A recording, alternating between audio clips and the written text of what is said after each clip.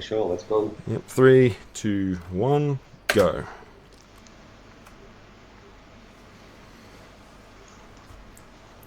Oh, that's an old Columbia logo. Yeah, 1993. Yeah, Bill Murray is an interesting one for me. He's almost in the Robin Williams camp of like I've known who he was, and I've very famous comedian from things like Ghostbusters and all of that, but he was always kind of one of the stars that got away from me. Yeah, he was, yeah, probably just a little bit before your time. Yeah, obviously Ghostbusters 1 and 2 spring to mind. He was also in Scrooged in the 90s, Space Jam. He got a lot of buzz in a dramatic role in Lost in Translation, Sofia Coppola's film. I think he won a Golden Globe for it. Oh yeah, He's worked a lot with Harold Ramis, who directed this. Harold Ramis, I think, also co-wrote it. They did Ghostbusters 1 and 2. yeah, he gets around a Caddyshack, bit. um, Stripes. Harold Ramis also did those funny De Niro ones, the Analyze This and That. Yeah, I'm a bit more familiar with Harold Ramis than I am with Bill Murray. Like he had a few bit parts in Airheads in Yes, '94, and he had a bit part in Orange County with Colin Hanks and Jack Black in 2002. He yes, played the dean in that. yeah, that's correct. I remember that. He just so versatile in front of the camera and behind it. He was Egon Spengler in Ghostbusters, and I think he helped co-write them as well. I mean, Chris Elliot. I mean, that's comedy plus right there. And he's actually very prominent in this film, isn't he? Yeah, he's the cameraman for Phil's news crew. Yeah. So our introduction to Phil. Yeah, and just kind of what a genuine prick he is, and the arc he goes on. What's really interesting is the initial draft didn't start like this. The initial draft of the screenplay started with him already in the time loop. Yeah, I remember hearing that. Yeah, So it was Harold Ramis who helped to co-write it. I think a couple of his own drafts. He said, "No, it's going to be more effective if we spend some time with Phil before going to Punxsutawney and sort of getting a bit of an insight into what his life is like before the time loop I was begins." just going to say another familiar name in the credits just before was Rick Ducommun, art from The Burbs. He also Yeah, he also played the knockoff Neil Prescott in Scary Movie. Um, yeah, and I believe he was one of the electricians in the original Die Hard as well. He had a little bit part there. Very funny man. yeah, that's correct. He's Yeah, very he gets around. All these guys get around a bit, and for good reason. yeah. Rick Ducommun was a comedian. Yeah, and when you realise just how far removed some of these movies are, a lot of these men are no longer with us. Yeah, he also was in jury duty as well. Rick That's Ducommun. right. He was the original Frank before Yeah, Stanley Tucci kind of zaps him. yeah. Andie MacDowell. She was in Green Card with Gerard Depardieu. I occasionally see her on Hallmark Productions these days. She's really funny. I really like her when she speaks. Uh, there's a relatively recent interview up on YouTube where she's asked, "Do you still act?" She says, "Yeah, but nothing in you've ever heard of." So, Well, I was just about to comment on that. Yeah, she definitely didn't explode into like onto the scene as other actresses in the early '90s, like Sandra Bullock did, or anything like that. She kind of just quietly went away, which was a bit of a shame. yeah, well, she had a background in modeling, I think, before acting. But yeah, I do remember Green Card, but I haven't watched it in a long time. There's a very funny movie she's in called Multiplicity with Michael Keaton, and Four Weddings and a Funeral with Hugh Grant. She was in that. I Oh think yeah, yeah. I think Mr. that's the Fun. one that I remember the most. Yeah, this is quite clever how they've done this as the opening credits roll because it was kind of a bit of a gamble. Do you start in Punxsutawney and keep the immersion, or do you do what Harold Ramis wanted to do and trust his instincts and introduce the characters before they get there? And they do it really cleverly as the credits roll. I suppose it's also like part of the foundation of the time loop as well is that you kind of need to have that intro without it before you kind of sell everyone on it. Like, the first taste is free and then you gotta pay for the rest. Yeah. Like, So we the get trapped in original, the time loop with him. yeah, the original idea was they'd rely on voiceovers to bring everyone up to speed and put everything into Oh, context. well, I'm glad they didn't do that. Yeah, they could have so many sliding doors moments when I read about how this film got made and listening to the people who made it. There were so many sliding doors moments, but they really put so much effort into making sure every option was the correct one. Can I just say that when we talk about Phil Connors here, this is probably one of his biggest dickbag moments in the whole film. Yeah, Um, yeah, see, and yeah, going back to that earlier script, that it just started with the time loop already in effect. There's still shades of that in the final film because rewatching it earlier in the week, you can't really pinpoint the exact moment that it starts. He just, I suppose, when he goes to bed for the first night and then wakes up, that would obviously be, well, that's definitely when it's in effect. But I don't know. I've always been of the impression that he'd fallen into it earlier than that. I was thinking about it as well, trying to do this in an age of smartphones and smart technology. If you're repeating the same day again, I wonder how long it would take people to realize. I don't take any pride in saying this. It'd probably have to go 2 or 3 days before I realized. Well, there's a yeah, well, that's true as well. But there's also something that you didn't mention there, and that is Phil is consciously aware that it's the same day, whereas everyone else loses all their memory. So if they pulled out their smartphones, they'd see the same date and just think, "Oh, I haven't lived this day yet." Whereas Phil would be aware that he has, because Yeah. he's the only consistent, like he's the only constant throughout the entire thing. Whereas everyone else, it's like a Majora's Mask, reset the 3 days and they forget everything that happens during it. So it wouldn't be that tough of a sell to do it today. I don't think. Yeah, I quite like that fact that he's the only one who remembers. The ground rules are really solid here. We'll probably discuss it a bit more in a minute once he's actually in the loop and it's commenced. But the oncoming blizzard, the fact it knocks out the phone lines and it blocks the roads, it's all just wedging him in. It's quite clever. It's really effective. Yeah, I would probably say also it's the blizzard that he doubted would happen. Yeah. So he's a great weatherman, isn't he? Yeah, so he's having like a bout of hypothermia. Now, as someone who's never seen snow, this movie does a great job of conveying just how fucking cold it probably is in environments like this, with the wardrobe design and all that kind of thing. They make a gag out of the shower that he has every day being stone cold. Yeah, it's quite good. Yeah, much like yourself. I mean, we live in one of the hottest places in the world, so this is very different to what we're used to. And so it wasn't, Punxsutawney is a real town, but it wasn't filmed there. They had tried to film there, but logistically it was a little bit too difficult. It's Yeah. a little bit remote for what they were expecting, and some of the set pieces they wanted to do would not have been possible in the real Punxsutawney, which is in Pennsylvania. So the majority of the film was shot in Woodstock, Illinois. Harold Ramis, I think, was from Chicago. Yeah. Although there are a couple of scenes where it's not. I think the interior of this motel or this bed and breakfast are sets, but the outside of it is a real place in Woodstock, Illinois. And yeah, it was freezing. Like some of the cast and crew, when reflecting on the film, yeah, it was the weather. It's not acting. They're genuinely freezing. Yeah, well, I suppose you know it conveys the conflict and emotion a lot better, doesn't it?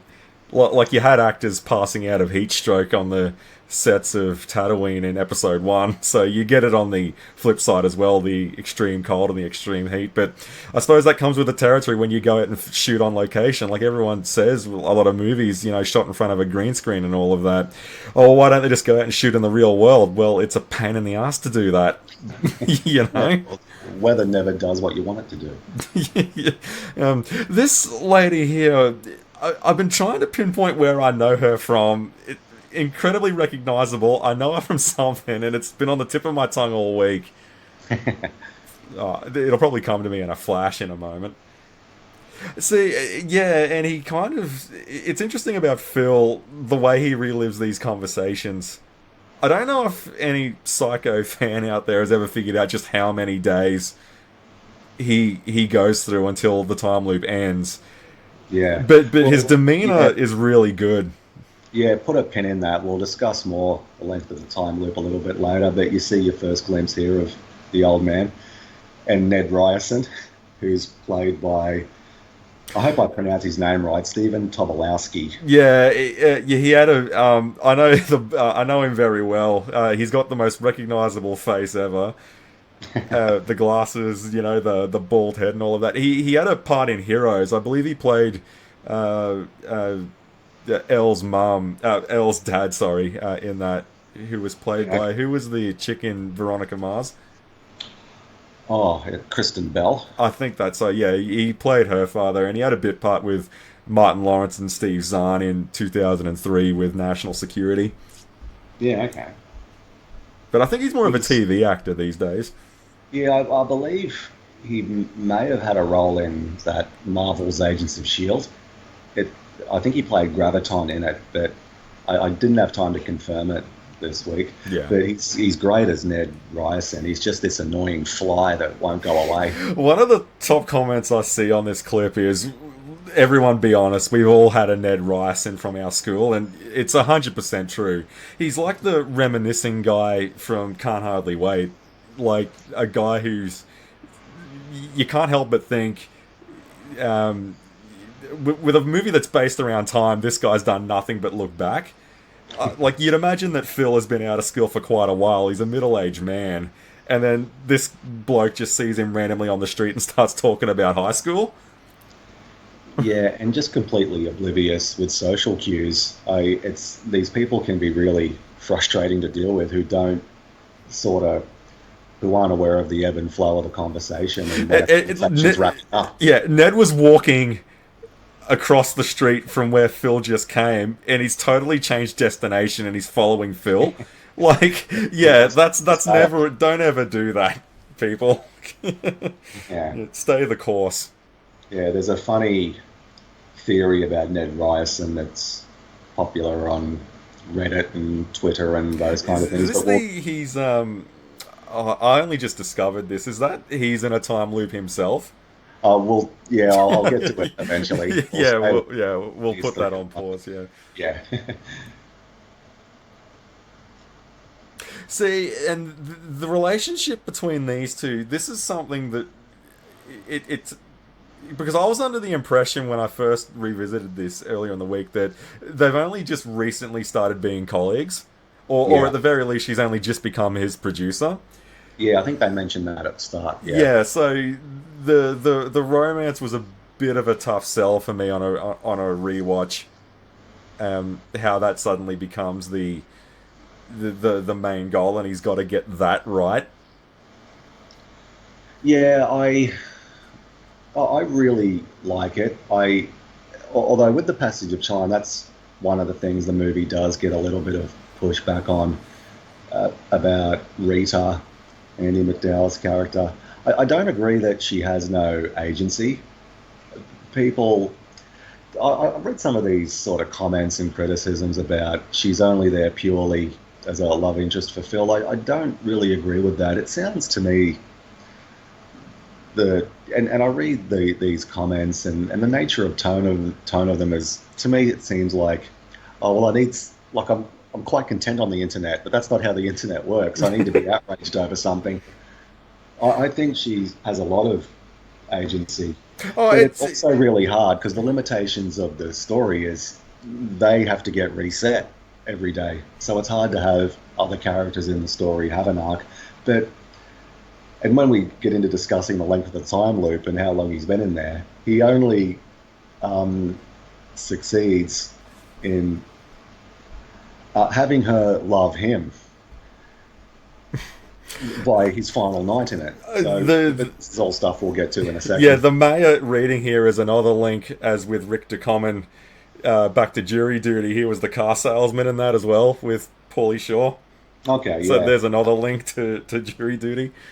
And I only just caught on to this, it's just hit me in the head like a brick that the groundhog itself is called Phil.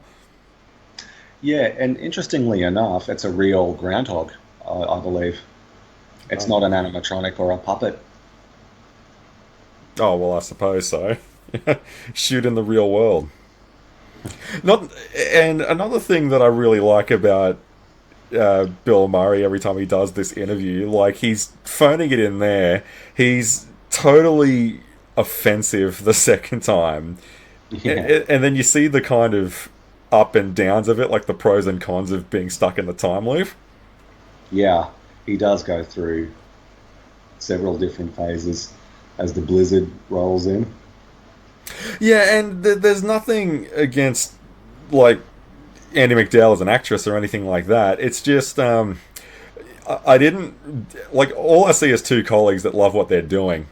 Like I think the connection when they try to get the romance to bloom between the two of them in the time loop, that kind of feels out of nowhere for me. Like I can understand people when they bring that up because it kind of just does a simple course correction. Greg, Kevin, like, and there's not really much prior to that that sets that up as the end game. Yeah, well, he has a long time to think and reflect, and he has a long time to get to know Rita. So it does. Uh, I think as the film goes on, it starts to become a bit more genuine. As so in the original script, and the script is by Danny Rubin. I'm not sure if I mentioned it. His other major credit is a. I remember liking it at the time. It's a terrific movie called Hear No Evil with Marlee Matlin. I made a mental note to dig that up this week to see if it holds up. So initially, they had a lot of fun just going through different ways he could escape the town, Yeah. where he hijacks a van and has a snowmobile in it and manages to make it to the airport. It was really funny hearing about all the sort of scenarios they modelled for Phil, who's doing what probably anyone would do if they're in the situation, trying to look for loopholes to get out. Yeah, and this will be a new segment if it was made today. It'll be a force field cabin in the wood style Yeah, that keeps him well, trapped there. that's another thing I'm amazed about with these older films. The running time for this movie is only an hour and 40 minutes, and they pack so much plot and character growth into it. It's unbelievable. I I am just I was absolutely floored when I noticed the running time is only an hour and 40 minutes. Yeah, I did kind of get taken back by that as well. It is fairly short. Like I don't remember it particularly being a long film, but a lot of comedies, yeah, well, they don't tend to overstay their welcome, do they? I can't think of any 3.5 hour long comedies. Well, these days they couldn't do it. It would be, a trilogy, and 2.5 hours. He wakes up on the second day. Well, I suppose also when you've got Bill Murray at this particular point in his career, you can't really afford to stuff around. Like let roll. Like, who am I bagging the shit out of today? I think though a lot of the things that make me chuckle about Bill Murray is not so much the things that he says. It's definitely a lot to do with how he says them, but I think he's just got that face, Yeah, that just really sells a lot of the punch of what he's doing. yeah, he's just a terrific performer, isn't he? I do really like some of his lines in the film, but yeah, his expressions and his delivery, 10 out of 10. Yeah, I think that's where it is. It's how he does it. It's not so much what he's actually saying. It's yeah, very interesting. I love this line coming up. I use it fairly frequently. I'd say there's 80% chance. 75, 80. He just sneaks in that little caveat. Yeah, 75, 80. So he's only okay. So he's becoming aware now. So he's definitely in the loop now. It always felt to me that he entered the loop quite a while before this. I mean, one could easily make the case that the blizzard is the start of it. Yeah, we're not quite sure when it kicks off, but he does have a line later on in the film where he knows the day resets at 6. Now, interestingly enough, that song by Sonny and Cher was the only one considered. I Got You, Babe. Danny Rubin, it was in the script from pretty much day dot. They never entertained any other alternative. Danny Rubin said he chose it because he liked the repetitive nature of the lyrics. Yeah. It was a Sonny and Cher song. I Yeah, think that's back right. then they Yeah. were still a duet. Sonny Bono, incidentally enough, he passed away in 1998. He was I killed in think a a skiing skiing accident. accident, wasn't it? He went Yeah, head first into a tree or something. yeah, I believe he hit a tree. Yeah, Yeah, bang, lights out. Sonny Bono. Yeah, and I love how he's totally sold on the coffee now. Yeah, I love these little details. So it's shit weather for a long, long time. He's now got to endure. He's got to endure no hot water, and he's got to endure bad coffee. Yeah, and I love how that time. Yeah, can you make it a double? Like he's just going with it all the time. Yeah, But there's also, I know it's done in a rather comedic way coming up, but there's also quite a bleak. Like the setting itself is rather bleak with the snow and the cold and all that kind of thing. It's not a very welcoming environment. You know, it's got cool blues everywhere. Usually you go for your warmer tones and stuff like that. But like when he gets to the point where he starts entertaining suicide and things like that, and he does it multiple times, like there's quite a dark streak in the film itself, even though it's played yeah, up for kicks. yeah. Well, the comedic elements came when Harold Ramis got involved. Even I think Bill Murray wasn't overly keen on having too much comedy in it. But for me, it really gets the balance right.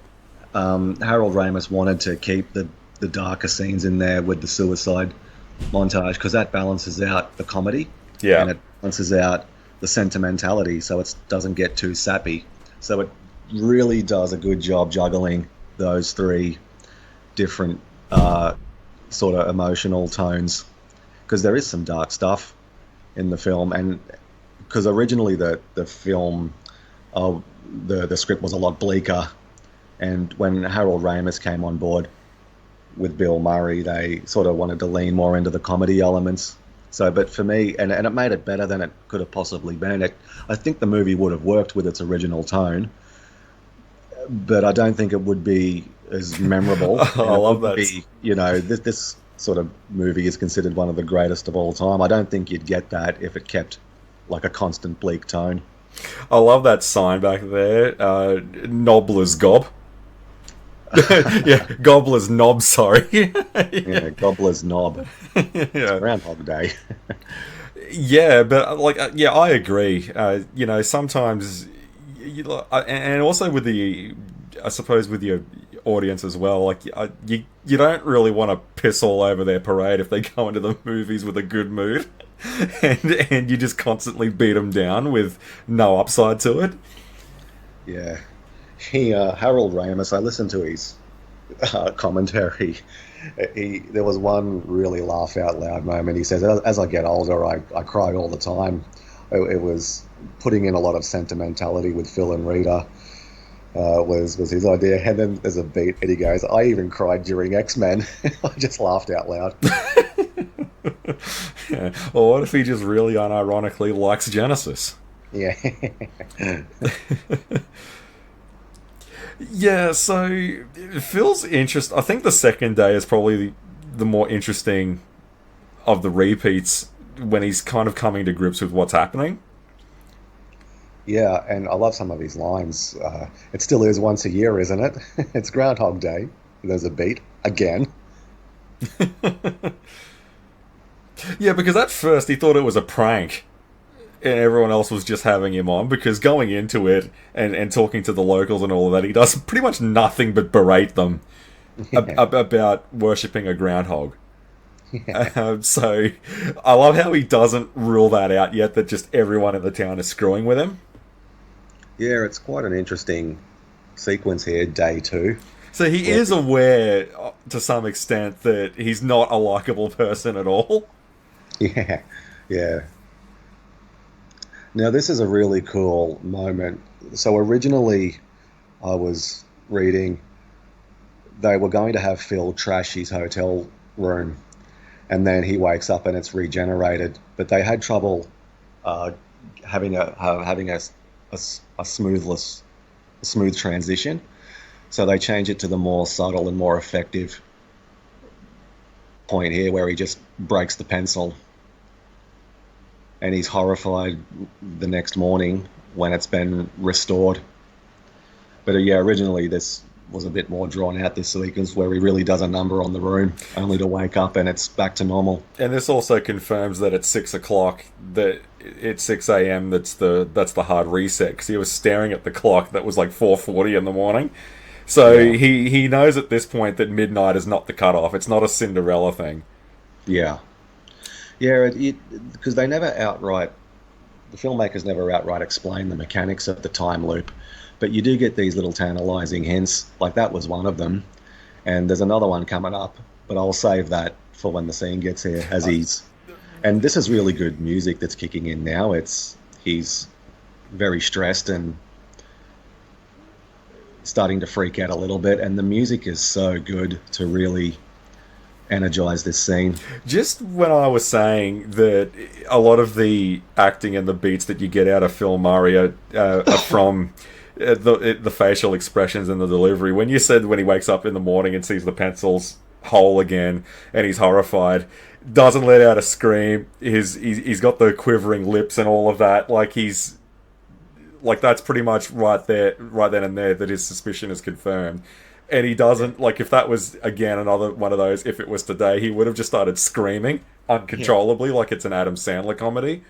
Yeah, he's doing well to hold it together here, as the sort of scope and the enormity of the situation is starting to dawn on him. Not to mention that it slowly starts to bring down, like he's very interested in hearing other people's thoughts, and it's the time loop that gets him to start doing that. He starts taking like it's interviewing, because like he is a news anchor, well, weatherman, all that kind of jazz. His he starts quizzing up a lot of people about it, like what would you do if you relive the same day over and over again, and he starts gauging other people's responses, and it's the start of his networking into the town, Yes. like essentially checking the temperature of what people would do if they had that ability. Yeah, it's quite interesting. So apparently they loosely modeled it on the sort of five stages of grief, where it's shock, denial, acceptance, bargaining. I forget the other one, but yeah, and he goes through all those different stages. it's I often, not fairly regularly, but occasionally, as you're going about your day, you do. If someone makes a mistake or drops something, that's sarcastic clapping. I occasionally do hear that from time to time. Well, the thing that I like the most about Phil's journey here is that, that old saying, like a please and a thank you cost nothing. It really can make someone's day. Like the waiter dropping that and people just mocking him, and Yeah, you see that, like it really can make or break someone's day. Just those words. yeah. There's even science that backs that up. I'll talk more about it when Phil, And Harold which Ramis is cameo. yeah, he's great. He's so well spoken and articulate, and he was just so talented. I was a little taken aback to read that he passed away in 2014. I knew that he died, but it seemed a bit more recent than that. Yeah, I didn't it realize it he's been dead for 10 years. yeah it does, doesn't it? Yeah, Harold Ramis. It feels like he sort of passed away around 2017 or 18, I if not. think Rick Ducommun went in 15 or 16, I think. Although I could be totally wrong and it was something more like 2018 or 19. Yeah. Um, but I suppose what's your definition of recent? Because 10 years is nothing, as far as I'm concerned. Yeah, it's really sad because again, I just come back to his versatility. Like, how many people in the film industry have such high caliber talent, behind the camera and in front of it? He was a good actor. He was in a lot of films as an actor, and he was a terrific writer and a terrific director. I mean, there's very few people I can think of off the top of my head that tick all those boxes. Just his versatility is incredible. Not to mention the amount of people in the industry these days who tend to overestimate their versatility as well. Yeah. A prominent example of this for me was when Ben Affleck was trying to do the solo Batman film. He was directing it, producing it, writing it, starring in it, and all this kind of stuff. And then he starts talking about how it all got out of hand and it was all too much and he had to walk away. Well, mate, you kind of need to bring in extra hands. You can't do all of that. Yeah, because he is quite adept at those things individually. He's a pretty good director and is a pretty good screenwriter. And he's also a pretty good actor, but yeah, taking it all on. Yeah, and also, in his case, was being a lead. Harold Ramis just had a cameo there, you know? Yeah. And I'm sure if you look at the credits on Airheads, he probably had a hand in that somewhere as well. Yeah, more than likely. He's Well, Ernie Hudson's in that as well from Ghostbusters, you know? yeah, And so, yeah, it wouldn't surprise me if or he might have been like a shadow writer or a script doctor or something like that. yeah. I always thought Ralph here was Courtney Gaines from The Burbs, but it wasn't. I'm not too familiar with the actor here, but yeah, I mean, Rick Ducommun is just so funny to check out. You know, the kind of the jolly fat man who just cracks you up every time you see him. Yeah, I like this sequence, and it's really one of the reasons why this movie is so good is it's a movie you can watch at any stage of your life, but it's also a movie for people of all ages, if that makes sense. So if you're discovering that you can, you're repeating the same day over and over again and nothing can hurt you, and you realize there's no consequences for your actions, like it's something that would appeal to people who are younger, Yeah. which is what this sequence is about. But as the film goes on, and particularly when he encounters the old homeless man again, you know, someone who's sort of middle aged or older aged would have a very different takeaway for the movie. So I like how it hits all those sort of different audiences. People can watch it at any stage of their life and get something out of it. Well, the entire film, you know, the whole concept of time is explored in this film. Yeah, You and it know, doesn't matter at what stage of your life you're at. well, Everyone can take something away from this movie. you know, like you mentioned the old man, there's also a sequence where he saves the boy from breaking his arm falling out of the tree. So he Yeah. has an interaction with the younger crowd as well, Yeah, with the locals. it's so well done. I just love this film to bits. And this is typical. This when you find out you can break some rules and have no repercussion for them. Of course, human nature is going to take over, and you're going to do that to explore it. Yeah, I love this moment here from Rick Ducommun. I like his. So Phil's going on this rant. Stand up straight, tuck your feet in, clean your room, don't drive on the train tracks. Hang on, Phil, I happen to agree with that one. I always love the line that Rick Ducommun says: "If we were going to drive around smashing into mailboxes, we could have let Ralph drive, and he's barely conscious in the middle of them." Yeah, how good is that? How funny is Yeah, that? Oh my he's God. very funny, man. Yeah, the guy in the middle who's half dead. Yeah, he's like, you put him on the bag and he's like, 6.0.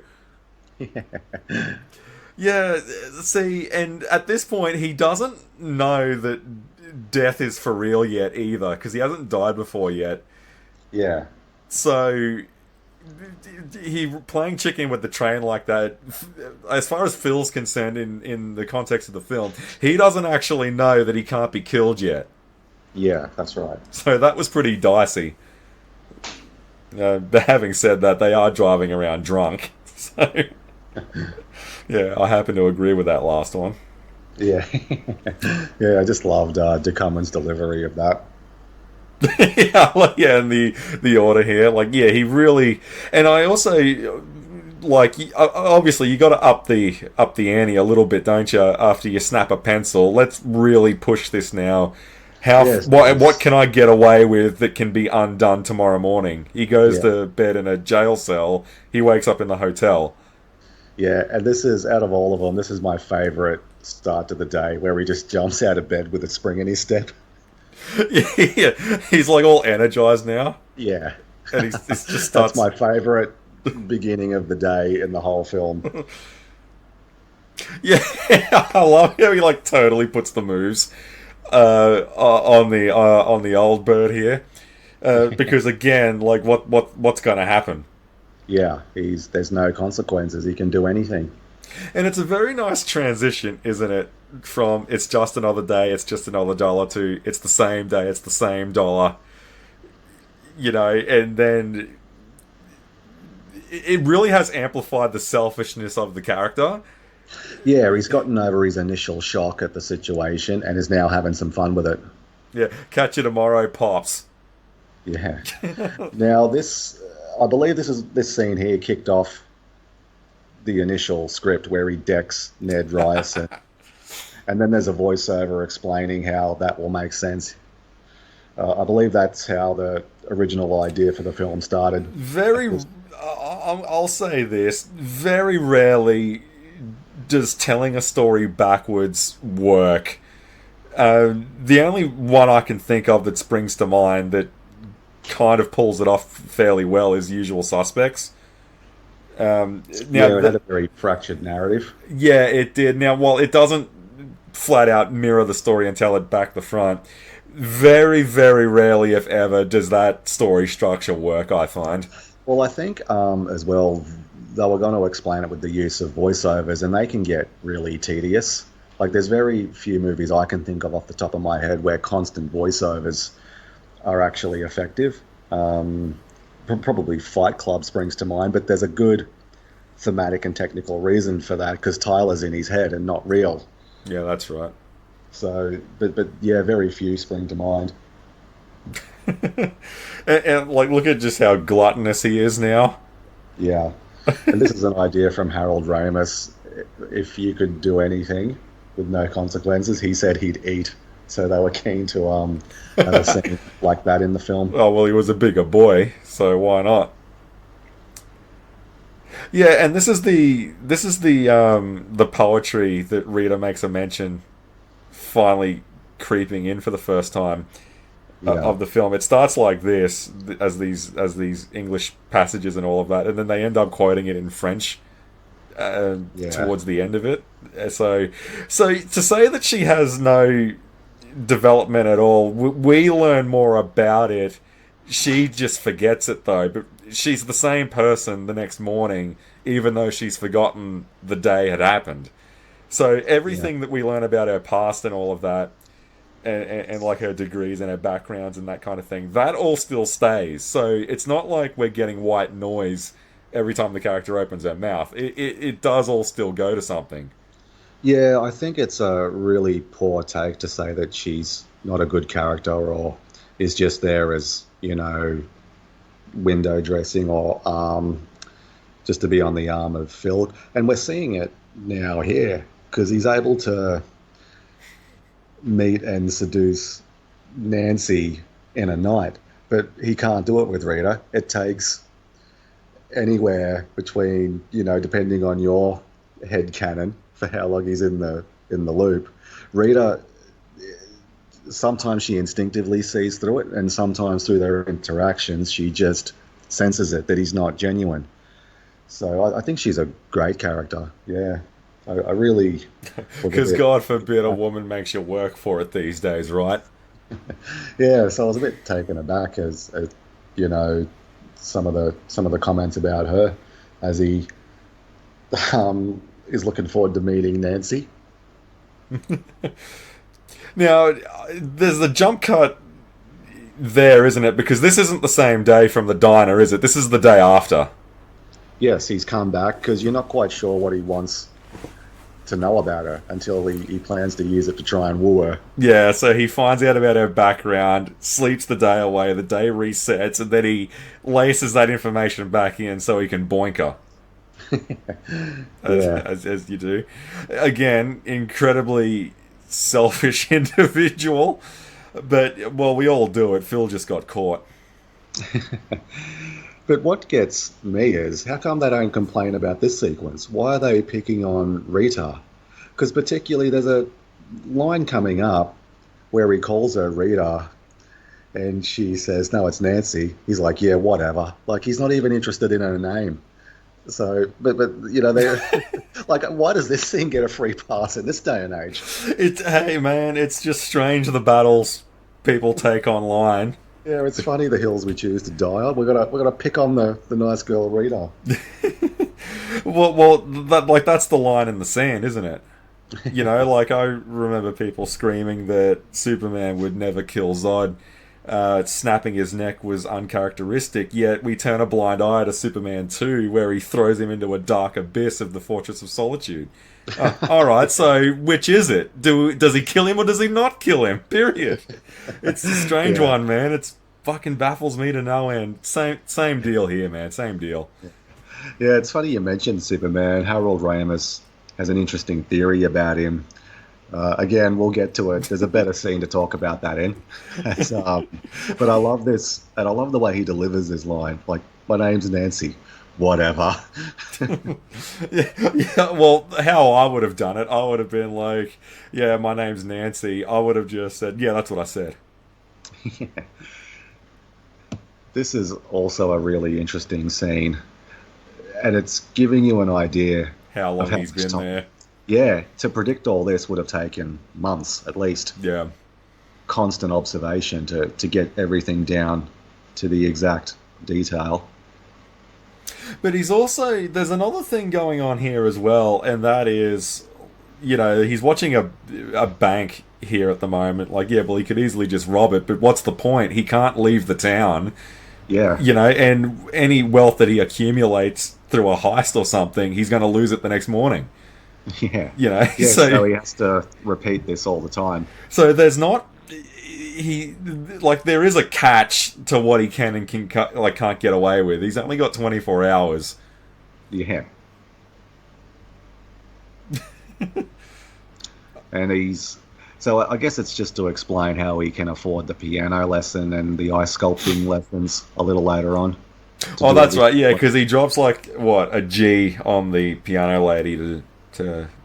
Yeah, But also, there's something I really like about this, and it was a point that we brought up when we were watching Point Break, and that is, I love when editors and directors use jump cuts to get the characters up to speed about something that the audience otherwise knows. yeah, And the piano lesson's a good example of that because he takes the bag of money, he drops $1,000 to the lady for piano lessons, and then when it cuts inside, she asks the question of, "Are you sure this is your first time playing a piano?" So yeah. it's already filled you in. Like 50 days could have happened between him on the porch and him going in there. It's a very good tool of using a cut that I wish more modern movies did. Yeah, it's yeah, and everyone's up to speed and everyone's in sync. And that's something the film is really good at. We're really in sync now with Phil and where his head's at. Yeah. He's, really leaning into it and having fun with it as his professional life is sort of on the decline.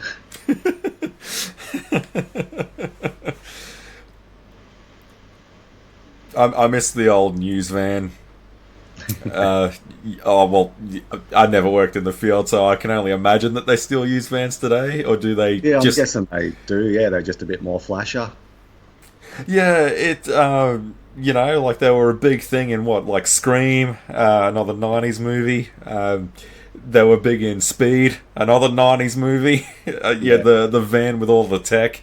And like it's got like an office chair mounted into it and all of that. I just like that. It's not something you see regularly Yeah. in your day to days.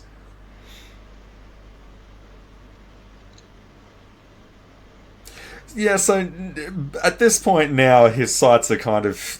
I mean, he did have the name slip up, but now Rita is definitely coming into the forefront of the film. Because in the last couple of time loops, she's hardly there. Yeah, he's thinking, if I employ the same tactic that worked so effectively on Nancy, um, maybe Rita will play a ball, but she's too clever. She's really shrewd and really intelligent.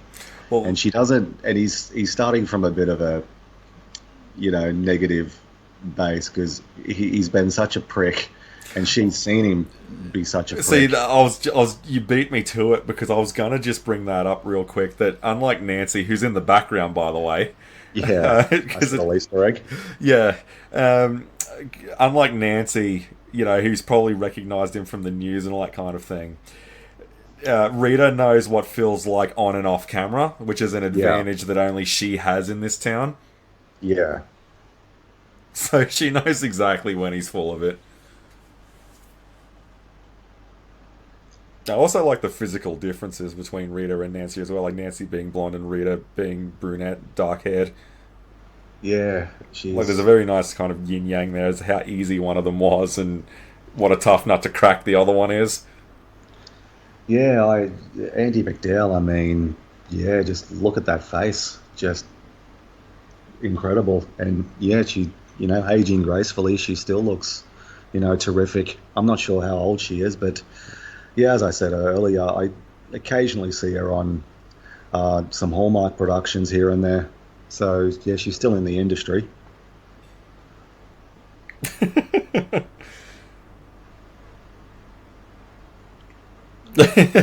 Yeah, I love like we're getting these little subtleties with Phil and his day to days now. Like when he says, "I've got to go and run errands" and all of that, he's starting to get the true lay of the land, where he knows literally everyone's day in and day outs. Yeah, and he disabled the van so they couldn't leave. So she's forced to have a drink with him. That little scene just before that when he was snooping around the bonnet of the van. See, and what I was saying about the smash edits, because there's no point trying to re-establish things that the audience already knows. That little cut there, well, he's already done the van trick this next day, and he's come Yeah, in and he sat down. Now he's ordered the right drink. We don't have to go through the entire day just to bring us up to speed to this. Nope, just cut straight to it. We already know how yeah, the day plays out. Cut straight to it. yeah. I love these montages that are sort of scattered throughout the movie are really good. Where I each yeah. reiteration he's getting a little bit further along. And I love how he's like got the big smile there, so proud of himself. Let's drink to us. I usually drink to world peace, Yeah, his face just like immediately drops. You're kidding me. That yeah, got me scrubbed out saying that. yeah. And I love it's such a great moment. Yeah. He where he actually says "Amen." Oh yeah, he does too. Yeah. What a great moment. But at this point, he's bringing all this on. He obviously doesn't back any of this or believe any of this. He's just saying all of these just to see if it'll crack the code that is Rita. But I suppose if you've done it enough times, you would genuinely become invested in it. Yeah, and yeah, just watching Andy McDowell's reactions, she knows something's up. She just can't quite figure out what. How does he sort of know what she's thinking? But it's really good. And at the moment, he's still not overly genuine. He's purely just that constant repetition, reiteration to try and I, get closer to her. I love what Danny McBride said once in, I believe it was Vice Principals. He's talking to his daughter and he says, Janelle, do you know what Einstein's definition of a dumbass is? Someone who keeps doing the same thing over and over again, expecting a different result. Yeah, yeah, Yeah, I kind of buy that here. But look, they were at a candy store before, and now look at the total up game that he brought on the next day. yeah. And I love that line just before. Yeah, I spent a lot of time here, and I love. There's a great moment coming up. It's probably my favorite acting bit from Andy McDowell when the second time she admits to studying French poetry, and I love the way she looks up. It's expecting him to laugh, and he doesn't, and he starts quoting poetry. It's so good. It really, yeah. It's just one of the reasons why I love the movie. She looks up at him. She knows, and she's probably got that a lot whenever she's confessed to it. Um, Yeah. but the fact that he doesn't laugh, and in the interim, he spent weeks, if not months, learning to speak French. This moment here, it's great. Yeah, really good. Really, it's a really good acting performance. This, Yeah, I love the half eye roll from Bill yeah, Murray. and Like, it's so funny and it's so unexpected how he starts speaking French. It's terrific. I love this whole montage. see, but like watching it from the outside in as an audience, like you wouldn't, you like it doesn't make you go, hang on, how would he know how to do that? Well, you've got the time loop that can cover Yes, all of this, so you don't need to ask. Well, how would he know that? Like, yeah, exactly. you You don't need to ask that automatically click. question. Yeah, you automatically click. He's gone away for a few months or however long it's been to learn French.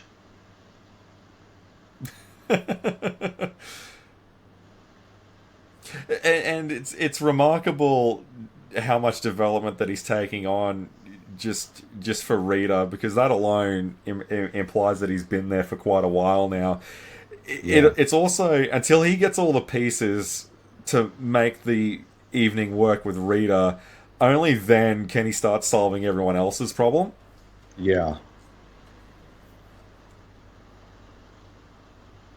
Yeah, and look, it can't be that easy, Phil. That's a terrific shot with the snow falling. Isn't that a great shot? I miss when wide lenses did things like that.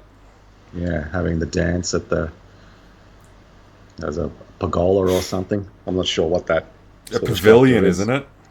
Yeah, it looks great. I wonder if it's part of the town or if it's a set they built, but it looks terrific.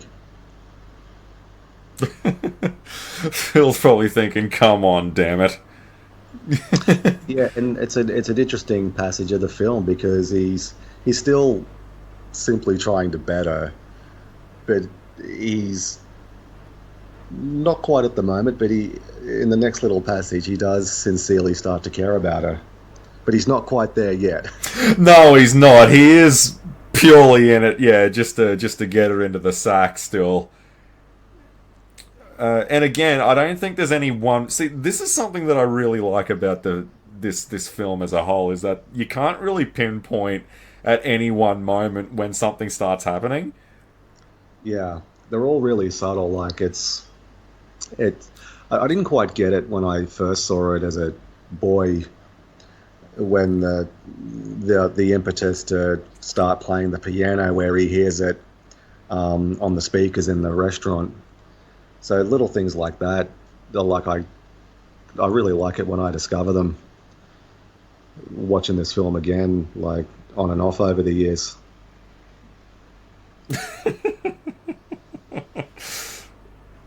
Yeah, he's playing it very close to the chest here, isn't he? Yeah, Like, because this is as he's close as over. he's got, and he knows. Yeah, he's overcooked it. Yeah, he He's has. Yeah, the fireplace, I reckon, set him off. yeah, Phil. Well, Phil should have just gone full in, like I reckon. He should have just, he should have gone full retard on this. He should have been like, I wish I could just wish away my feelings. Yeah. Well, he knows he has to go for it because the day's gonna reset. Oh, that's right. Yeah, so if it's not now, it's never. Like, yeah, maybe I should go. Go where? You know what I would have done if I was Phil? I would have done the Tommy Callahan Sr. Why say no when it feels so good to say yes? Yeah. I remember hearing a line in Peep Show once, and it was, "Whenever a woman tells me no, I don't hear no anymore. All I hear is convince me." I don't know how that's going to hold up, mate. Yeah, that's shocking. It's he just can't take a hint. This guy, can he? But isn't it how you just said that? He can't take a hint here. He's basically becoming the Ryerson here. Like, Phil's not noticing the cues that this night is done. Yeah. So he's just, he's doing the high school thing now, isn't he? He's not taking Yeah. any of these cues. Yeah, I might do an experiment.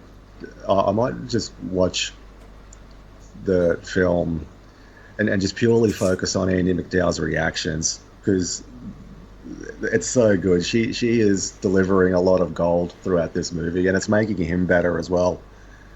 Her reactions are just great.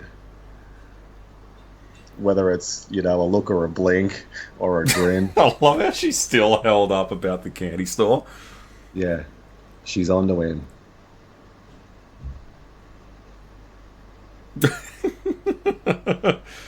See, and I think this as well is where the romance kind of is a bit of a tough sell because on her side of things, unless she had any slight feeling for this bloke at all prior, which I don't think she did, it's over the course of 24 hours in her case, whereas with him, this has been going on for months, so I think that's another part of the hard sell. It is, but it's also really tough in, like, for movies in general. Like, I mean, you look at Titanic, like Jack and Rose have 3 days, it's really hard sometimes with movies to make it credible.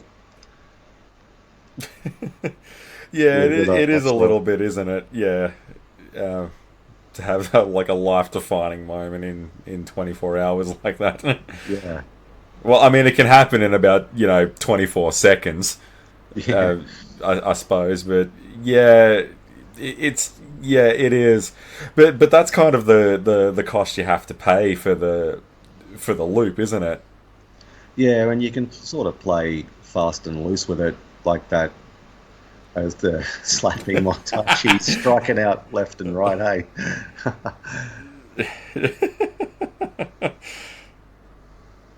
This is great. I love that defeated look down. Yeah. Yeah, it's really not going. So he had her in his bedroom to, like, escorting her home. That's how far backwards he's going. Yeah, he had her in his bedroom. Yeah. And now he's regressing now. Yeah. Like he hasn't managed to get her out of the park for like a month. Yeah. The inspiration for the ice sculpture that he takes an interest in. I always thought I suppose they wouldn't have gone in for it in the film, like animal cruelty and all of that. He does kidnap the groundhog, I think, today. I always remembered that he flat out killed it to try and escape the loop.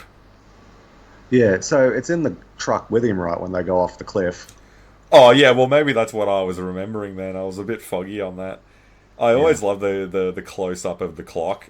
Yeah, wasn't that over? Yeah. Yeah, that's such a memorable shot from the film. Yeah, the gigantic clock, and it's like you hear like a toll bell just gong when it comes down. Yeah. Yeah, another awesome moment where how everyone's taken back by his answers. Yeah, it's such a great scene. How he freaks the old lady out, knowing all the answers. I love how he's not even waiting until he hears the question. I love eating popcorn like it's a movie, whereas everyone else is having like desserts and coffees, and it's just Jeopardy's just a bit of background noise for a bit of fun. He's watching it like it's an actual film that he knows all the lines to. Yeah. Oh, that's brilliant. The popcorn bucket. Yeah, in his pajamas. Yeah, in the main foyer. Awesome. And drinking alcohol from the bottle. Yeah, from the bottle, mate. That's how you do it. See, and this is where it's really coming full circle now, because I suppose it really is true, isn't it? When something's too much of a good thing, eventually you just get sick and tired of seeing it. Like, so at this point, yeah, it's great and all, I can't die and all that, yeah, but there's no fun in that. There's no, like, everything is for nothing. Yeah, he goes through phases, and one of the inspirations the screenwriter Danny Rubin had was Anne Rice's Vampire Chronicles, the Vampire Lestat and Interview with the Vampire and those things. Oh, and, yeah. And in those books, yeah, they go through phases where they're like really chirpy and happy and want to talk to people, and then they go through these long stints where they just don't want to be bothered for decades because they literally can't die. I often wonder about that. Like a lot of people talk about, immortality and being eternal and that kind of thing. I don't think it's all it's cracked up to be. Not that I've ever been immortal or something like that, but good God, wouldn't that get boring? Like, I Yeah, like to think there's a higher plane of existence that you can ascend to. I like to believe in that. yeah, and that's why they have that sort of melancholic feel that just never ends, and I think things have to end. Yeah, well, it is, isn't it? Like, yeah, I don't believe, your existence ends at death. I don't know what an afterlife or anything is like. No one does. No one knows until they take the plunge themselves. But I definitely don't think the show ends when you physically die. Yeah, I think there is something else. yeah, I think so too. Yeah. I mean, the way they make it sound, in Bibles and stuff like that, it makes you want to queue up to go. Yeah, But you know what? We'll all find out one day. yeah, Um, yeah, I love the farewell kiss on the cheek, and you see just how disheveled he is. Like, he's not even showering in the morning anymore. Like, he literally just got up and got into his news gear and came out here. Like, yeah. He's at a real low point at this point in the story. The novelty of it is well and truly worn off. He's yeah, he's just very flat as he takes off with the groundhog, and the others are hot on his tail. now the crash, if I've got this straight, is his first actual death. I believe so. Yes. Yeah, yeah. All right. So, I suppose at this point, just anything to kind of get out of it now. Even if the day doesn't reset, and he ends up in prison and all that kind of stuff, it's better than being in the loop. Yeah. Like, he's at that point now where he would rather welcome that than go through this one more time. Yeah. Like, it's like he would rather have Rita remember what a dickbag he was the last time he put the moves on her, and have her remember that forever, than take another crack at this and letting the groundhog Yeah. drivers. Yeah. And once again, I'm pretty sure it's a real groundhog that's sitting in his lap. So, like, what? Okay, this might be the dumbest thing that we cover in this whole thing, but a groundhog. What is that? Is it like a beaver without a tail? Oh, it's got a little stumpy tail, doesn't it? I've got no I idea. haven't had a. I need to have a good look at its hind. Look, man, I know kangaroos, koalas, wallabies. I know all the stuff from our neck of the woods. I've never seen a groundhog. Is it some kind of beaver? That's what I said. Is it a beaver without a tail? Because that's what it looks like. Yeah, or a type of squirrel or something. Yeah, Yeah, prairie dog or something like that. a groundhog. I love how he just floors it into this quarry. Yeah, Yeah, and the grill, just the smash grill, just brilliant.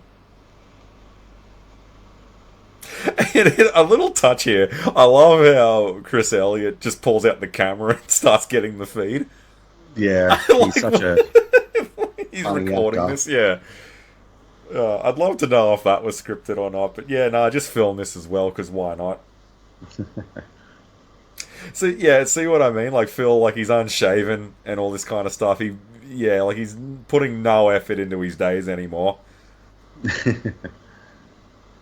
This was brilliant. This, and another thing to bear in mind here is that he doesn't actually know that death is final or not for him yet. Yeah, that's right. So he was committing to it.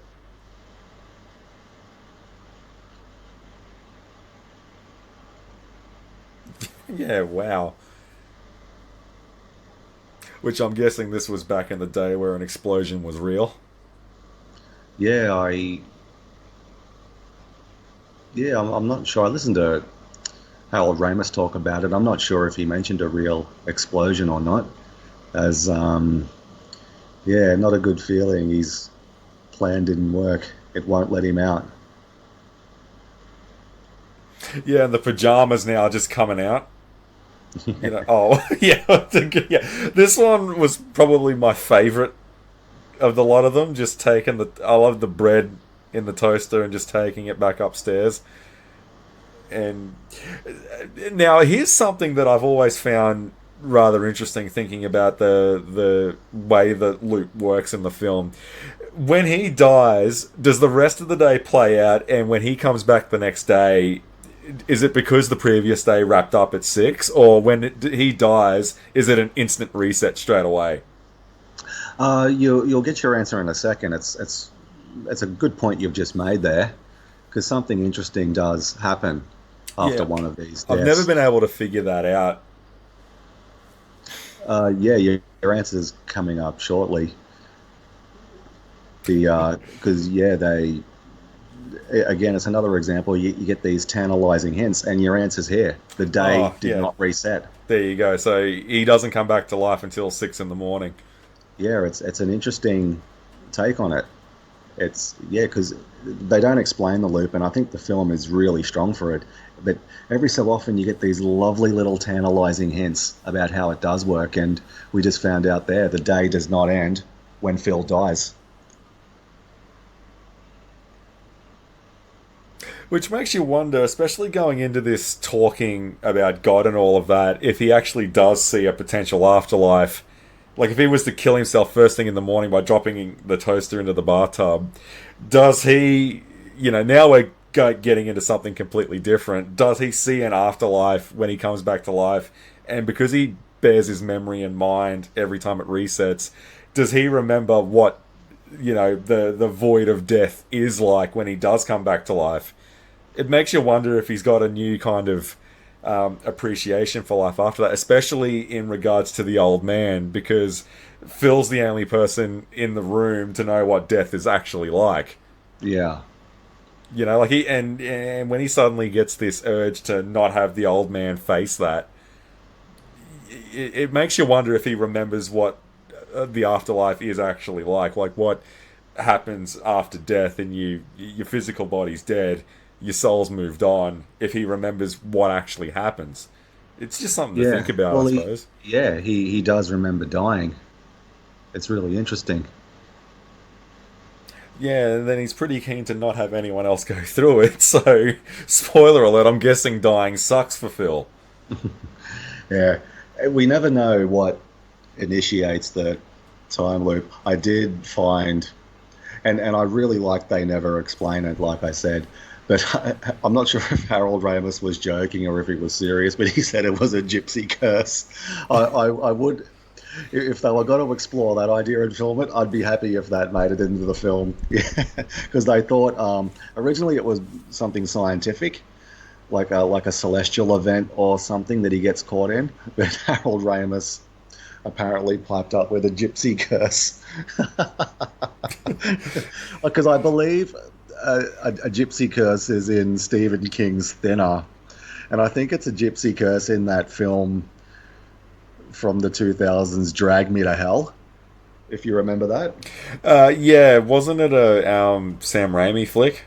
I believe it was, yeah. Doesn't the old lady put a gypsy curse on it? I don't think Or, or, so. or voodoo or something? All I remember with the gypsy curses, I remember that Halloween special from The Simpsons Yeah. when she puts one on Homer and he grabs the leprechaun to fight her. Kiss me, Yeah. I'm Irish. Yeah. And they start banging instead. Yeah, I remember that. That's my in depth background on gypsies.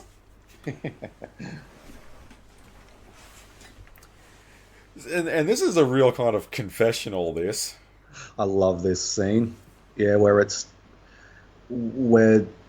there's just this change where he's paying lip service to her, and then this speech morphs into something really genuine and heartfelt.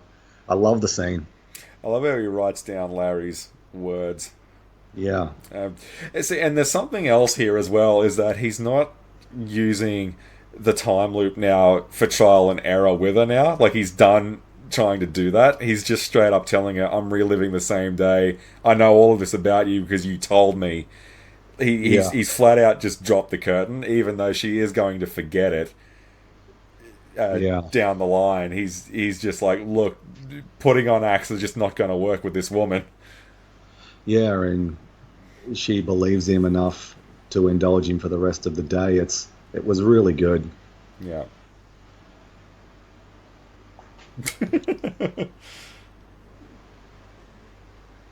I really miss that. You know, it's like small town communities that have their own kind of um, festivities and special days and stuff like that.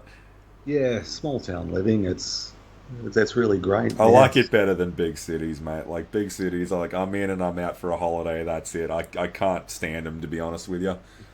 yeah, I'm much the same. Another little clue about how long it's been. He says if you practice for 5 or 6 hours a day for 6 months, you'll get good at flipping cards.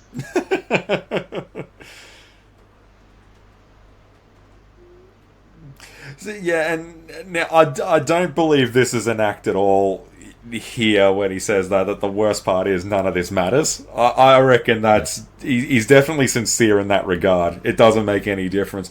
See, this is very like down to earth thoughts that he's having here from a guy who's just gone through a string of suicides. Yeah, it's much more genuine now, his interactions with Rita, and they're coming from a much better place.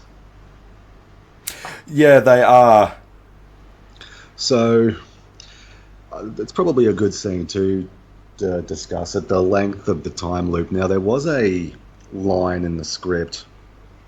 I believe it's this scene here, or originally it was conceived for this scene, where he continues to talk to her after she's fallen asleep, where he confesses he's been in there for 10,000 years.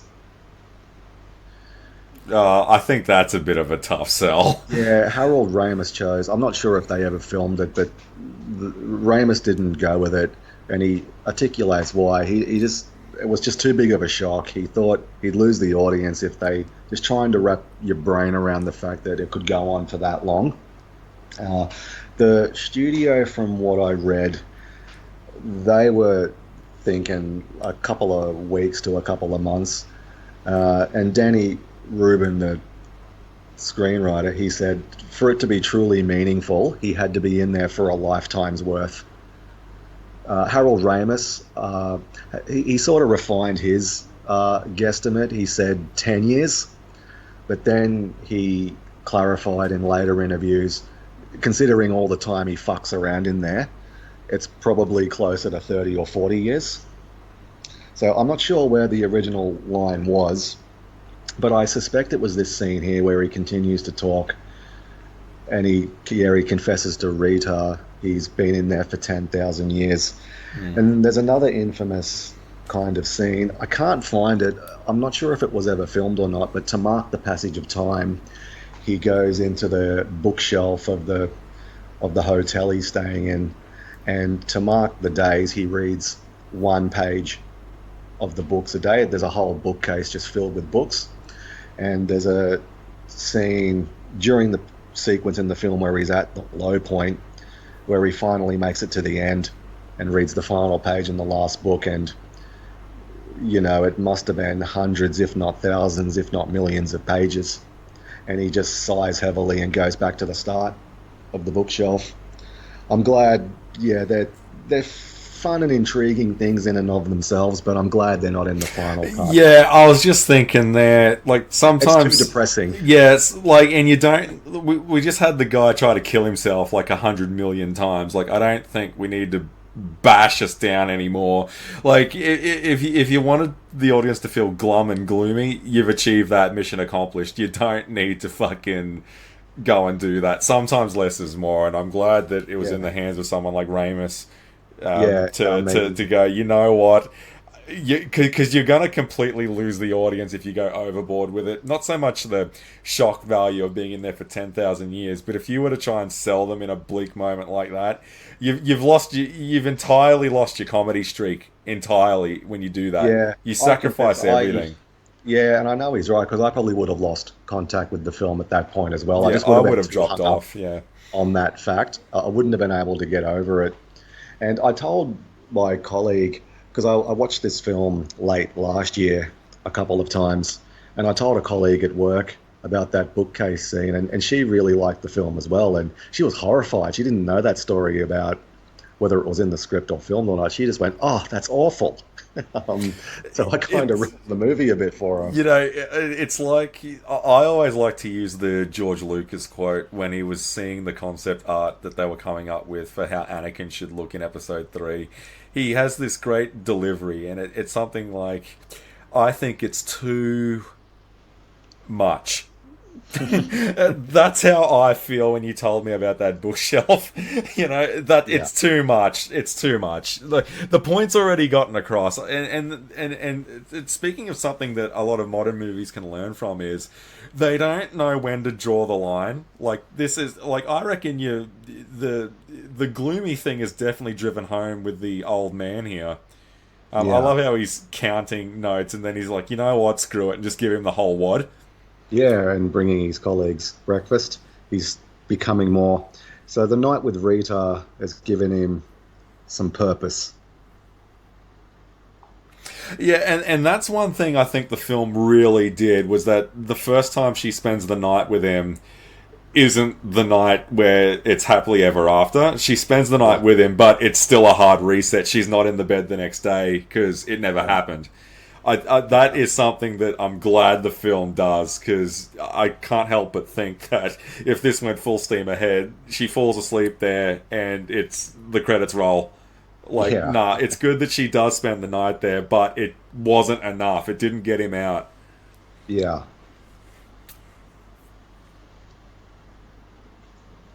And also, not only that, but look at how he's taking this his professional approach as well. Like he's asking the cameraman, "What do you reckon?" Like, yeah, even though he knows the answer to the question. yeah. I really like this Phil a lot better. And yeah, this is the scene I mentioned earlier where he hears the piano. It's really subtle. And also that bookshelf thing, you notice that he's reading there as well. Yeah,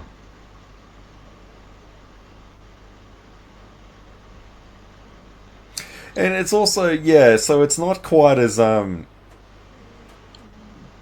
you know, the things that he pursues to take on board, they aren't just things that are sharpening him to his own ends. Like he's learning the piano, of course, to impress Rita. He already loves the instrument, but he's also helping out this lady with her own business as she gives piano lessons. Like everything that he does to take on board now is starting to have an effect on people in the community as well, and they're all getting a plus from the positive energy that he's pursuing now. yeah. Well, there is some science to back that up. Helping people releases dopamine. Helping people makes people feel good. Well, helping people It's is fucking awesome. What's the time? Time to get a watch. what a douchebag. Yeah, I know. Now you're asking for a smack when you do something like that. Like, far out. I love that line there, a dream of spring and the kiss. Yeah, Like, that's and something that that stood totally out to makes me. this guy's day. I love that guy's smile when he walks away. Like, that just totally set him up for a good day. Yeah, and I caught that line earlier in the week, "A Dream of Spring." I wonder if that's where George R. Martin cribbed the title Probably. for his book he'll never release. Yeah, I know. Yeah, take it from someone who, ironically, is living the same day over and over again and gets more done.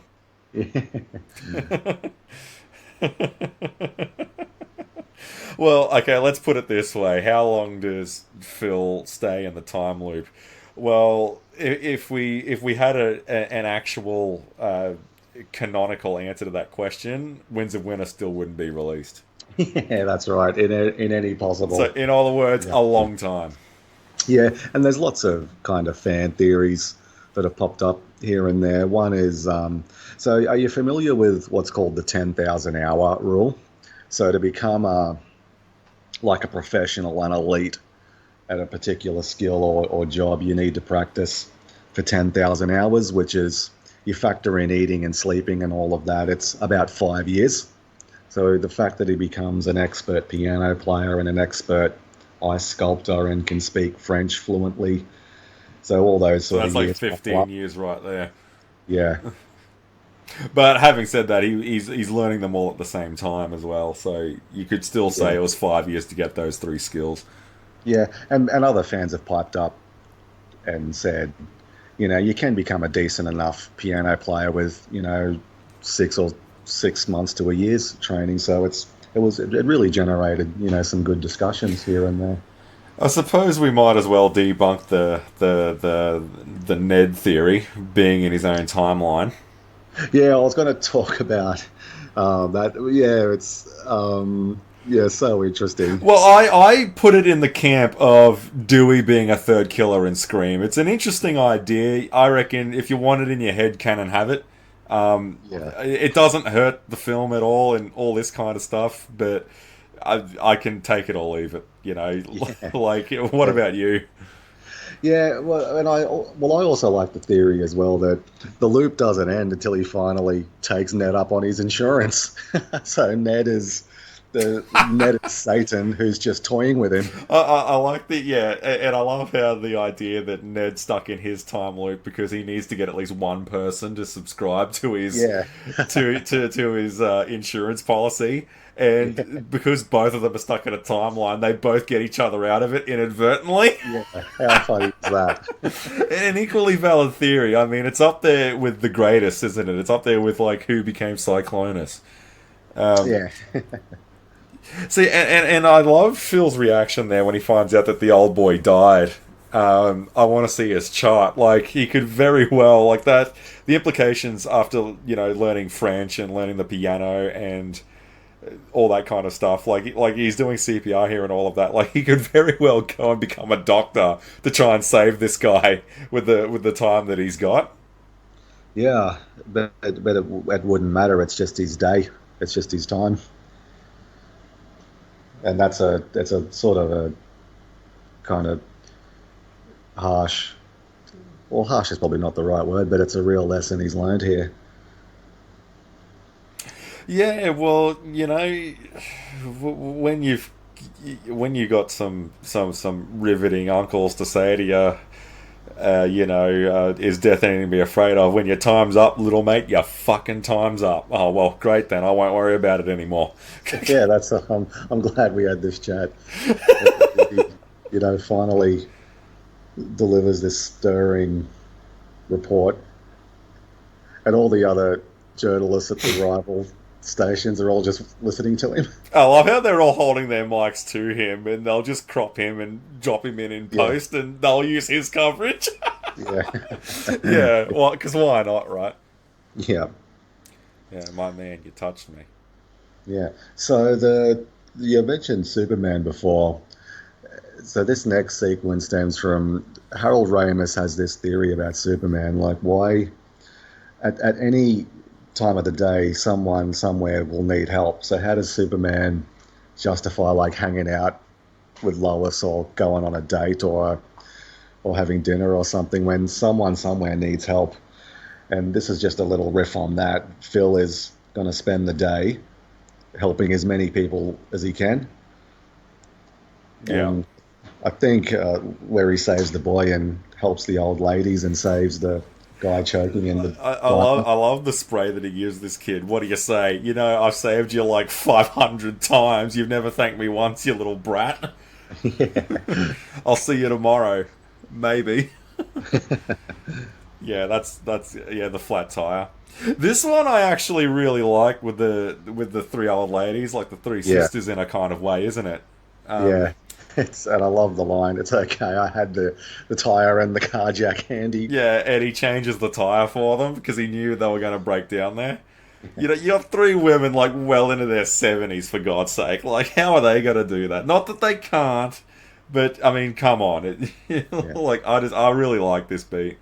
Yeah. And they're really good themes and really good concepts to reinforce, self-improvement, bettering yourself through learning and being more altruistic and helping others.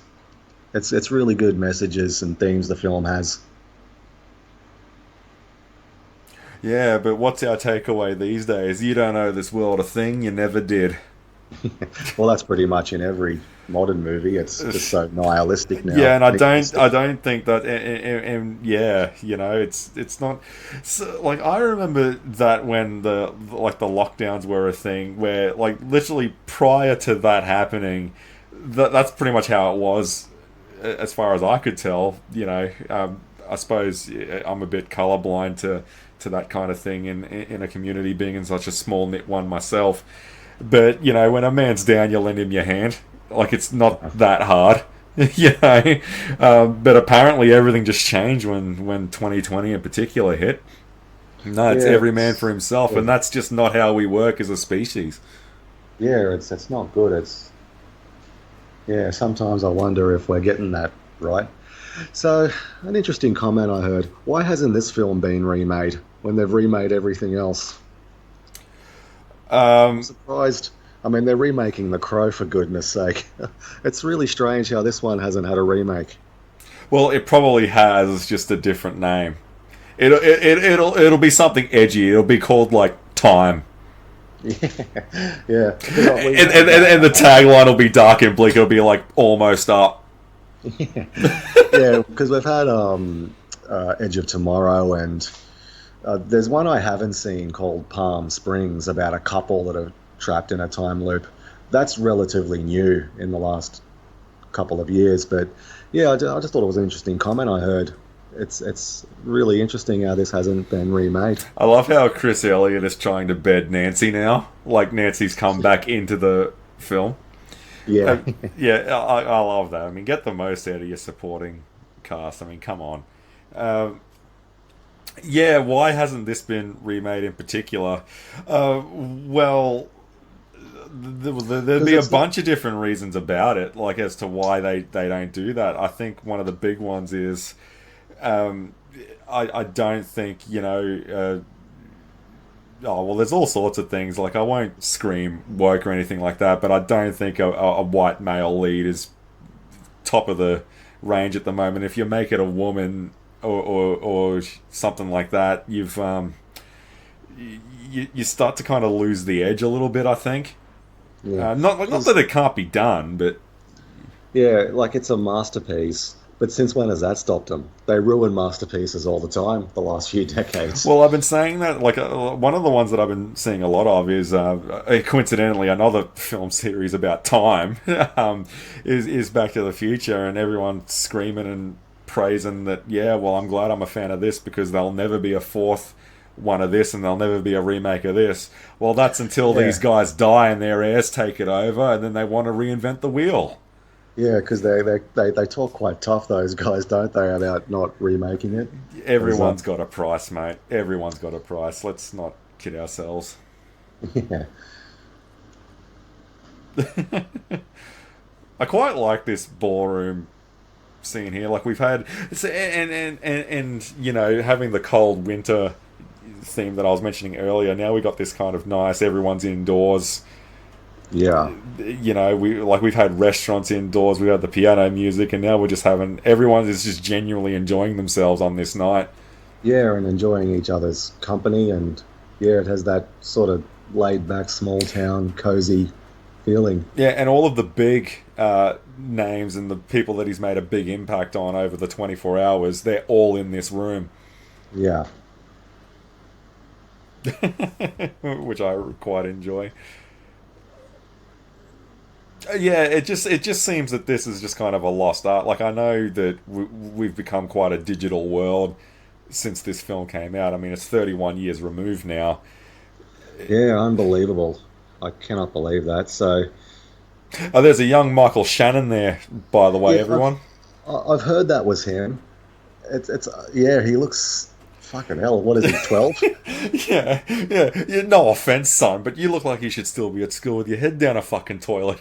Yeah, I could not. So that's the future General Zod. Yeah, It right there. looks, my goodness. I cannot. I'd love to know how old he is here. He looks so young. Yeah, I had to do a double take when I first saw that. Yeah, when I revisited the film earlier in the week and I saw Michael Shannon's name as the kid getting married, and I'm like, fucking hell, really? yeah. It's Michael Shannon.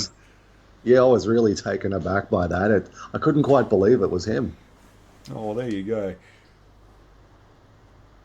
Oh, I suppose. I mean, 31 years. I mean, that's a fair innings. That, like, let's Yeah. get real. Like, yeah. So, see, and now we've gone from kind of a nice little B side to dancing alone in the snow, in the pavilion in the park at night, and it's just those two. They're now in a more appropriate setting for it together. Yeah. Like, I just like A sides and B sides like that. Like, stop. Again, it's another thing that film in general need to remember is stop introducing things that go nowhere. I Yeah. remember an SNL skit once said it best, and that was, "Don't leave the breadcrumbs if there's nowhere to go."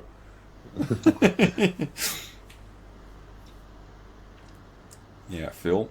You know what? Yeah, I would have put Ned up on the auction block. Yeah, Ned Ryerson. Oh, actually, it's funny that I say that because I believe he turns up in this scene.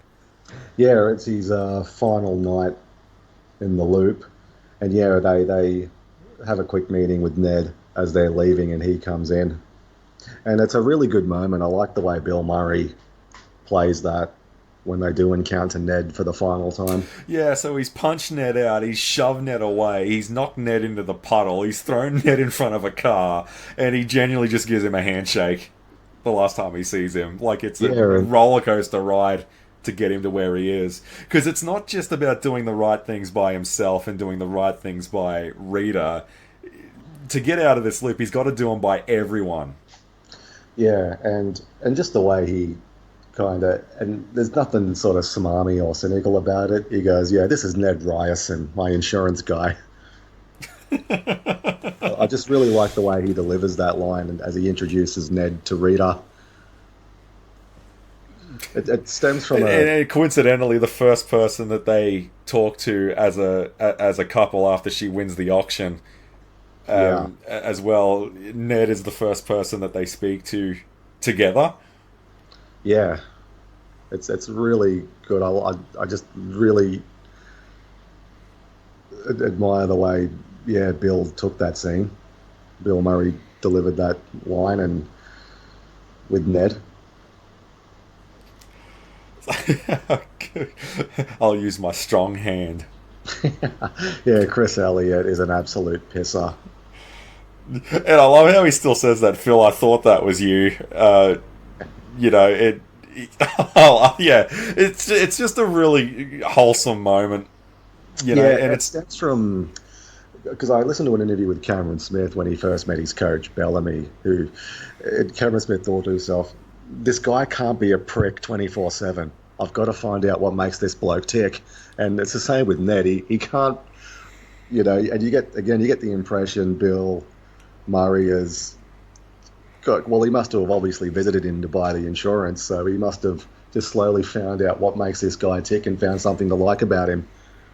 I think that's the life lesson of tonight for everyone listening. Is that is people can't be a prick 24/7. Yeah, like just going mental at training and just blowing his stack over the tiniest thing. Like, no one can act like that all the time. Yeah, get the fuck off my field and up in the up Yeah. in the bleacher. So his tactic was, I have to find something to like about this bloke, and yeah, it reminded me of Phil and Ned's relationship in the film. See, I miss these kind of moments because, believe it or not, as crazy as this is in the world of the internet and the ridiculous dating coaches and shit like that you listen to online, believe it or not, some men and women really do just want to have the wine and dine kind of glitz and glamour of Hollywood romance. And it really Yeah, is as simple as that. Like, some men and women, that's really all they want. you know, as crazy as that is to believe. yeah, it's a great final few moments here, and it's so earned, and it wasn't easy to conceive and develop and film. They spent a lot of time and effort and trialed a few different ways to really give the final scene just an epic emotional payoff. But the whole film is soaring at the moment. The one person we didn't mention was the music. It's by a guy named George Fenton. Yeah. I'm not overly familiar with his work, but a couple of movies stood out. I was reading he did the score to The Crucible with Daniel Day-Lewis and Winona Ryder based on Arthur Miller's play. It's a fantastic film, and he also did Mary Riley with Julia Roberts and John Malkovich film, a retelling of the Jekyll and Hyde story. And yeah, I love this scene, and it's so effective when she reaches over. Yeah, she's the one that turns it off. And even the radio said, "Oh, please, not again." Yeah, it is incredible. What an amazing moment to finish up on. How catatonic he is that it didn't reset. Yeah, he pinches her and not himself. Yeah. Oh, because I suppose if he did it to himself, it wouldn't have mattered. Yeah. Yeah, and you notice that it's not quite. See, maybe my eyes are going, but sometimes when he wakes up in the morning, there's like this dreadful, depressing bluish hue to like the whole hotel room. Whereas this time around, because it's a different morning, like the sunlight streaming in from the curtains and all of that, it's not. He doesn't have to get up and open the window. Yeah. I gotta check something. Yeah. Phil would have got up and said, "I gotta return some videotapes."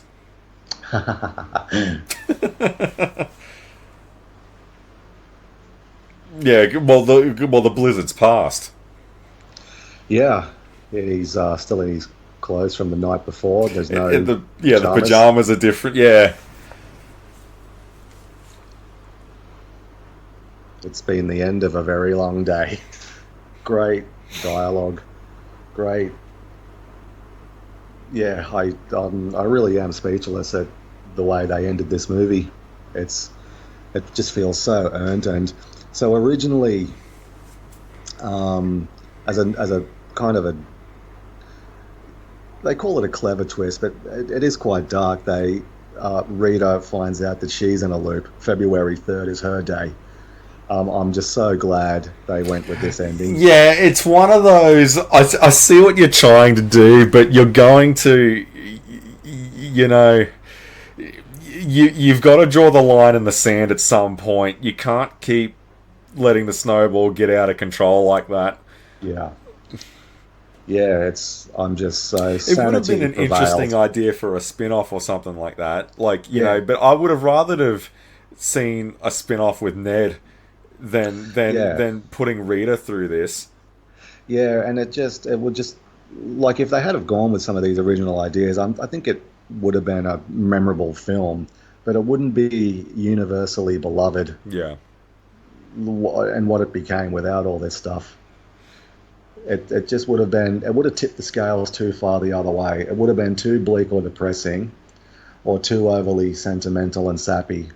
So the fact that it just treads these lines as he lifts her over the gate, and the final line, it's great. Yeah, let's move here. My heart just glows. It's an amazing film. It really is.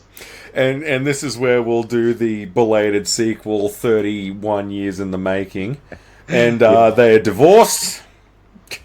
Some shit like that. Yeah. No, excellent choice, I thought. Yeah, I'm glad you liked it. Like I said, I revisited it late last year, and I watched it on and off for several times, and I watched it again this week. It's a film that's really fresh in my memory, and it's a movie I saw it as a child when it first came out and loved it. It's a movie I can I really enjoy talking about. I reckon kind of my final closing comment on it was just going back to when they were drunk driving, and you said, kids can watch it. You got the story with like middle-aged people to people to elderly people. Like there's something in it for all age demographics over this constant living of the same day and all of that. And what immediately sprung into my mind, and I didn't say it, but I'll say it now, was it really is that film that you can watch any time for all time, isn't it? Yeah, absolutely. I mean, yeah, like I said, I saw it as a kid when it first came out, and I enjoyed watching it on television growing up, and I remember quoting lines with my friends at high school and later on at uni. And yeah, like you just mentioned, the magic of the film is it works for people of all ages. I take away different meanings decades later, after, since I saw it. And I just love the lessons, and I think that's where the film, it really takes its time to cultivate and develop those sort of deeper themes, and that's why I find myself drawn to it as continually as the years sort of go by, and not giving in to despair, focusing on bettering oneself, learning new things, self-improvement, altruism, and helping and supporting others. All these elements of the story now, really come into focus. And, touch wood, as I continue to, revisit the film in the years to come, there's no doubt I'll be in awe of, parts of the story, aimed at, older audiences than me that I'm not even aware of yet. Because there's things I pick up on now that I didn't as a child. And, yeah, it's an incredible film. I've loved discussing it tonight. And remember, people, no animals were harmed in the filming of this.